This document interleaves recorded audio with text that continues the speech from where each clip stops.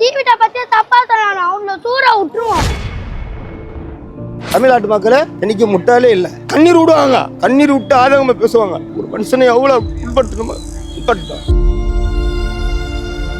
அவன் தான் எதிரின்ட்டு போயிட்டு இப்ப அவங்ககிட்ட போய் பங்காளின்ட்டு போய் சேர்ந்தா என்ன அர்த்தம் அது? அட புதுசா ஒரு தெரியாத பையன்கிட்ட தான் கொடுங்களேன். அவனும் ஒரு ஆர்வத்தில் இருக்கிறானே, நான் முதல்வர் வந்தா நான் எல்லாம் பண்றேன்னு. இப்ப இவரை தள்ளி விட்டு ஆட்சியை பிடிச்சாதான் உண்டு, இல்லைன்னா முடியாது. உங்களுக்காக சட்டத்துக்குன்னா உங்களுக்கு பதவி வேணும்னா இது வேணா பண்ணிக்குவீங்களா? 5 வருஷமா இவங்க என்ன பண்றாங்களோ இவர் என்ன பண்றாரு பாத்துலாம். வித்துருவானுங்க, கொலை பண்ணிடுவானுங்க கொலைகார பசங்க. விஜயோட படம் தான் எப்பயுமே வந்து ஒரு பிரச்சனைக்குள்ளாகும். அவர் படம் ரிலீஸ் ஆக முடியாம இருக்கும். அவர் இப்போ முதல்வர் ஆன பிறகுமே வந்து அவரால் வந்து பதவி ஏற்க முடியாம இருக்கு. அதை எப்படி பாக்குறீங்க? அதாச்சும் என்ன சொல்றேன், ஏங்க ஒரு ஏரியால ஒரு ரவுடி பையன் இருக்கிறானா இன்னொருத்தவன் வர விடுவாங்களா? அவன் பெரிய ஆளா இருக்கிறானா அவன் தான் பெரிய ஆளா இருக்க முடியும் அந்த இடத்துல. அப்படி இல்லைன்னா அவன் அழிஞ்சாதான் வேற ஆள் வர முடியும். அவன் தான் இருக்கிறானே, விஜய் எப்படிங்க வர முடியும்? வராத அளவுக்கு தான் இவ்வளவு ஒரு தீம்பும், இவ்வளவு ஒரு கஷ்டமும், எவ்வளவு ஒரு பிரச்சனைக்கும் ஆளாக்குறாங்க. இவரை வளர விடாம பண்றாங்க. இப்ப முதலமைச்சர் பதவியில உட்கார விடாம பண்ணிட்டு இருக்காங்க. இதெல்லாம் நல்லாவே இல்லை. கவர்னரும் அவங்க பக்கம் தான் பேசுறாரு. கவர்னர் பண்றது நல்லா இல்லை. ஃபர்ஸ்ட் அவர் ஆட்சியில் உட்காந்த பிறகு தானே மெஜாரிட்டி காமிக்க சொல்லணும். இப்பவே வந்து மெஜாரிட்டி எல்லாம் எடுத்துன்னு வந்து என்கிட்ட 118 காமினா எப்படி காமிப்பாங்க? அதெல்லாம் ஆட்சியில் உட்கார வச்சு நீ மெஜாரிட்டி காமினா சட்டசபையில் காமிக்க போறாங்க. அதை விட்டுட்டு இப்பவே வந்து காமினா எப்படி என்ன அர்த்தம்? 2 பேரும் சேர்ந்துன்னு ஆட்டம் போட்டுக்கிறாங்க, வேற ஒன்றும் இல்லை. உள்நோக்கம் ஏதோ நடக்குது, வேற ஒன்றும் இல்லை. எதிர்பார்க்கவே இல்லை. நீ இப்போ உட்கார வை அவரை. நான் என்னன்றேன், இப்போ நீ அவரை உட்கார வைங்க. உட்கார வச்சுட்டு அவர் என்ன பண்ணுறாருன்னு மட்டும் பாருங்க.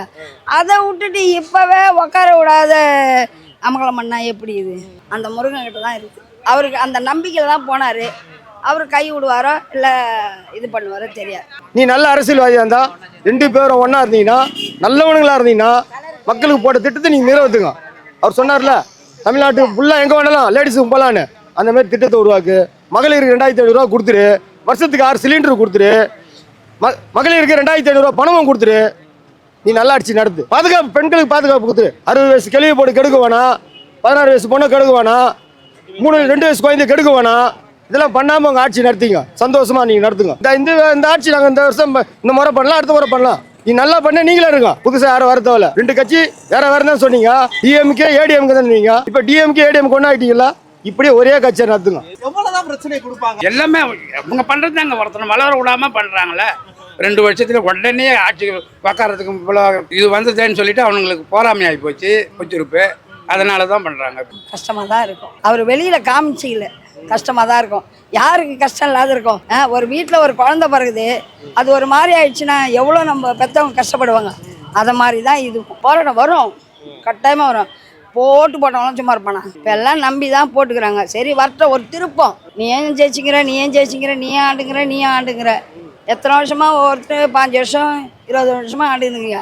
அட புதுசா ஒரு தெரியாத பையன்கிட்ட தான் கொடுங்களேன், பாப்பேன் என்ன தான் பண்றேன்னு. அவனும் ஒரு ஆர்வத்தில் இருக்கிறானே, நான் முதல்வர் வந்தா நான் எல்லாம் பண்றேன்னு. அதை விடுங்களா? ஏன் விட மாட்டேன்றீங்க? ஒரு வாய்ப்பு, அதுதான் கேட்குறோம், வேற ஒன்றும் கிடையாது. அவன் வந்து எங்களுக்கு செய்வான். நீங்களும் ஒன்றும் எதுவும் செஞ்சில்ல. இந்த இப்போ 1000 ரூபாய் போடுறான், நாங்கள்லாம் வாங்கலை. இந்த 2000 ரூபாய் கொடுத்தாரு, 5000 ரூபாய் கொடுத்தாரு, நாங்கள்லாம் 10 பைசா கூட நான் அதில் வாங்கலை. நான் ஓட்டுக்கு காசு போட்டாங்க, காசு எல்லாம் கொடுத்தானுங்க பொழுது வாங்கின்னு எல்லாம் மாற்றி போட்டுக்கிறோங்க.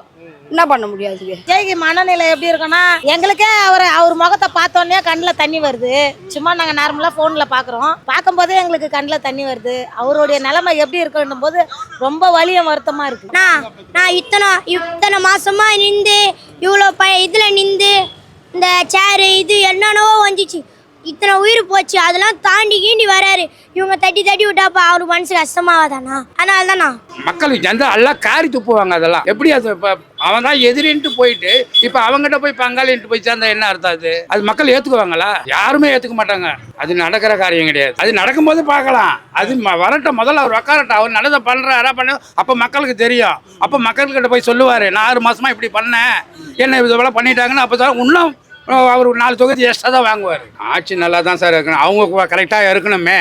வராங்கல்ல, இப்போ சேர்றாங்கல்ல, அவங்க கரெக்டாக. அவங்கள வந்து பின்னாடி இருக்கிறவனுங்க அவனுங்க முன்னேறத்தவனுங்க காலை பிடிச்சி வச்சு அவங்க என்ன பண்ணுவாங்க? காங்கிரஸோ இல்லை விசிகாவோ அவங்க வந்து திமுகவோ அவங்க வந்து திருப்பி வந்துடுறான்னு கொடுத்து இழுத்தா என்ன பண்ணுவாங்க? அப்போ அந்த டைமில் பார்க்கலாம் அது என்ன ஆகுதுன்னு பார்க்கலாம். நல்ல பாதுகாப்புலாம் கொடுத்தாங்க விஜய்க்கு. ஆமாம், திடீர்னு பார்த்தா பாதுகாப்பு வந்து பாதுகாப்பு வந்து அது வந்து கவர்னர் பண்ண வர. கவர்னர் வந்து அவரை கேட்டுக்கிட்டு தான் அவங்களுக்கு கொடுக்கணுமா, அது எப்படிங்க கொடுப்பாங்க? அப்போ இதே கலைஞர் இந்த மு க ஸ்டாலினுக்கு அது போல கொடுத்தாங்க, அப்போ கவர்னர் கேட்டால் கொடுத்தாங்க. இது நியாயமா? இது அது போல் கேட்கலாமா கவர்னர்? என்ன ஏன் கேட்காம கொடுத்தீங்கன்னு? அரசியல் அளவு மக்கள் புரிஞ்சுப்பாங்க. ஆமாம், கண்டிப்பாக புரிஞ்சுப்பாங்க. அப்படி பார்த்தா விஜய்க்கு தானே அதிகமான இது வரும். ஆமாம், கண்டிப்பாக வரும் சார். வரும்.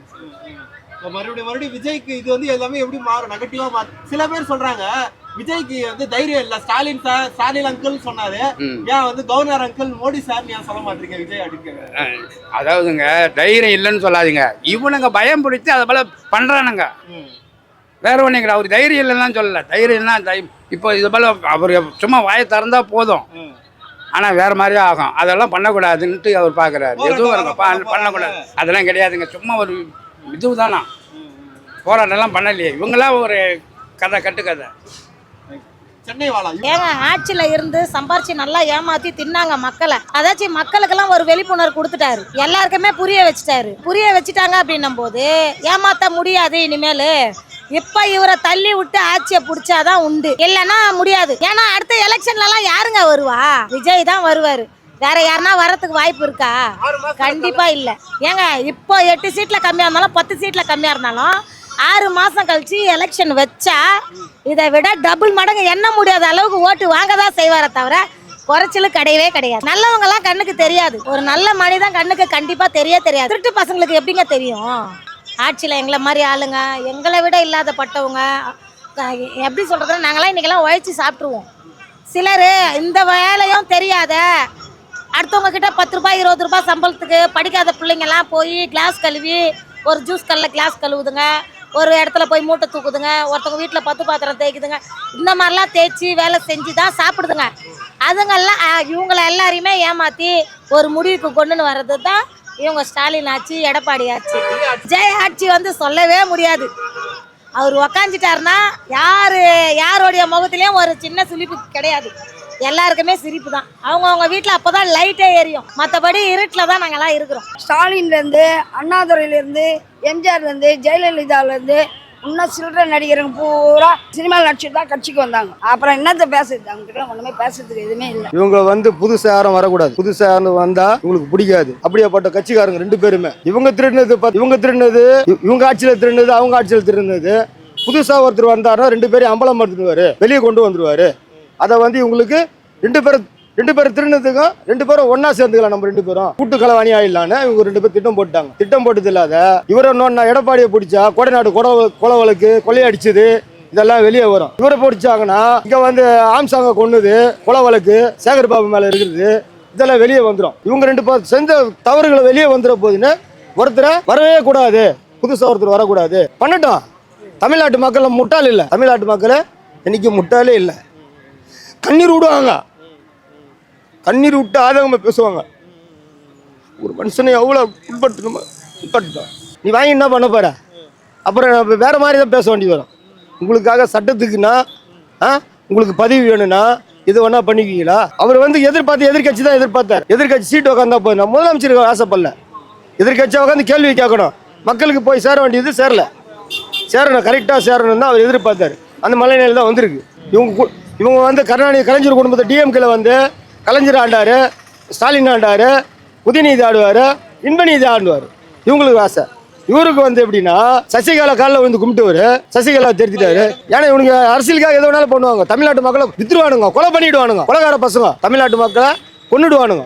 முடியும், அவங்க முடியாத மாரி பண்றாங்க. அவர் தனியா நின்று ஜெஸ்ட் தாங்கிறாரு, அவனுக்கு பொண்டாட்டி வாரு, அவர் வர துறான்னு நினைக்கிறாங்க. அவன் வந்து டிஎம் துறை சேரானு, ஆனா அவர் சிந்தாலாம் நின்று ஜெயிச்சிடாரு. அதெல்லாம் இப்ப பண்ணாதான் இவன் இப்ப முதலமைச்சா ஆகக்கூடாதுன்னு சொல்லிட்டு பண்றதுனா, அவன் என்னதான் பண்ணாலும் அவர் முதலமைச்சா ஆயிதான் ஆவாரு. அதுக்கு நாங்க இருக்கிறோம் பின்னாடி என்னைக்குமே. நான் என்ன பண்ணிட்டோம்னா இத்தனை 5 வருஷமா இவங்க என்ன பண்றாங்களோ இவர் என்ன பண்றது பாத்துடலாம். யாரை வேணா போயிட்டாலே இவன் எத்தனை யாரை வேணா தரல 9ல பிள்ளைதால டிவிட்டதான் ஜெயிச்சான்னு. நாங்க சின்ன வயசுல இருந்து ரசிகனா, விஜய் ரசிகனா. சின்ன வயசுல இருந்து ஒரு வயசுல ஒரு ரசிகன். அவங்க சொல்ற பேச்சு கேட்காது அவளை. அவர் வந்து என்ன பண்றாரு, பண்ணலன்னு பார்த்துடலாம். அவரு மட்டும் ஆட்சிக்கு வந்தாருன்னா என்ன நடக்குமோ தெரியாது. இந்த ஊரே தரணும். டிவிட்ட பத்தி தப்பா சொல்லணும். அவங்க தூர விட்டுருவோம் ஃபுல்லா. என்னமோ சொல்லுவாங்களே, அது உலக லெவல் மாதிரி இப்போ அவர் ஜெயிச்சுக்கிறது. ஒன்றுமே பண்ணலை. 2 வருஷம் தான் அவர் வந்து அந்த ஆட்சிக்குன்னு தனியாக பிரிச்சுன்னு வந்தது. அவர் தனியாக ஆரம்பிச்சது. இப்போ எப்படி என்ன பண்ணுவாங்கன்னு தெரில, எங்களுக்கு தெரில. இப்போ நான் ஒன்றும் தெரியாது, எனக்கு படிக்க தெரியாது. நான் எம்ஜிஆர் பீரியடில் எம்ஜிஆர் முதல்ல அண்ணாதுரை வந்தாருப்பா, அப்போதுலேருந்து இருக்கேன். அப்போல்லாம் எனக்கு 10 வயசு. அப்போ எனக்கு தெரியாதா? அனுபவம் தானே, அதான்.